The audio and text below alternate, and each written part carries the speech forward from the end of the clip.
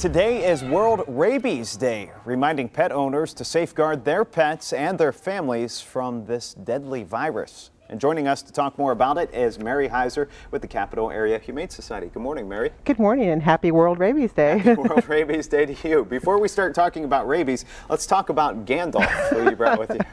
This very active, very chattery little guy is Gandalf the Gray, also known as Gandalf the Neutered, because he just had a surgery the other day. He is all ready to go home with somebody. He's 9 weeks old. He would make an absolutely phenomenal kitten for somebody, and he'd love to meet you. Is he a big Lord of the Rings fan?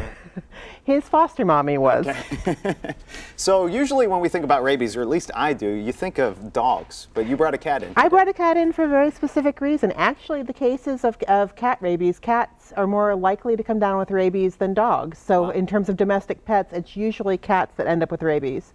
And it has a lot to do with their habits in terms of being maybe an indoor-outdoor cat or doing some little trophy hunting and bringing home a little critter or something. So what do we need to do to keep our pets safe? Rabies is 100% preventable. That's the number one message. And you are required by law to have your cat and your dog vaccinated and have a current vaccination tag. 100% preventable. There's absolutely no reason. I mean, that's why there hasn't been a case of human rabies since like 1970 in Ohio. I was going to say, the Ohio Department of Health reports no cases in humans since 1970. Why do you think that is? I mean, you can't get your dog license without proof of a current rabies vaccine. So there's a really heavy incentive there for dog owners especially to have their dogs vaccinated. And your cat needs to be vaccinated too. Rabies is not, it's only transmitted through a bite or the saliva or the tissue of an infected animal. So it's not transmitted virally or through the air. So if you walk by a dog at the dog park with rabies, you're not going to get it. Or if there's a raccoon 20 feet away from you, you're not going to get it.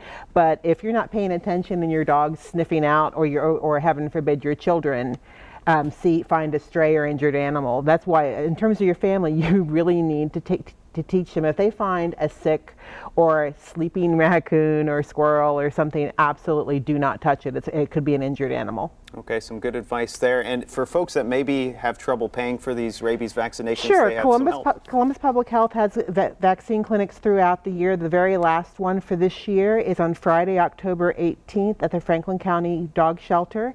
That's a great opportunity for a vaccine, and we encourage people to take advantage of it. And that's only $5. That's only $5 cash. Cats and kittens, they must be 3 months of age or older. Okay, and before we let you go, Gandalf the Gray wants to find a good home. How do we get him adopted? He'd love to find a good home, and actually he might be going to the Riverfront Arts Festival tomorrow. We'll have $25 cats and kittens from 12 to 5 down there on our Marv mobile adoption and rescue vehicle. All right. Very good. Well, thanks for joining us this morning, Mary. And remember, if you miss any of our Pet of the Week segments, you can always watch previous segments online. Just go to 10tv.com/pets.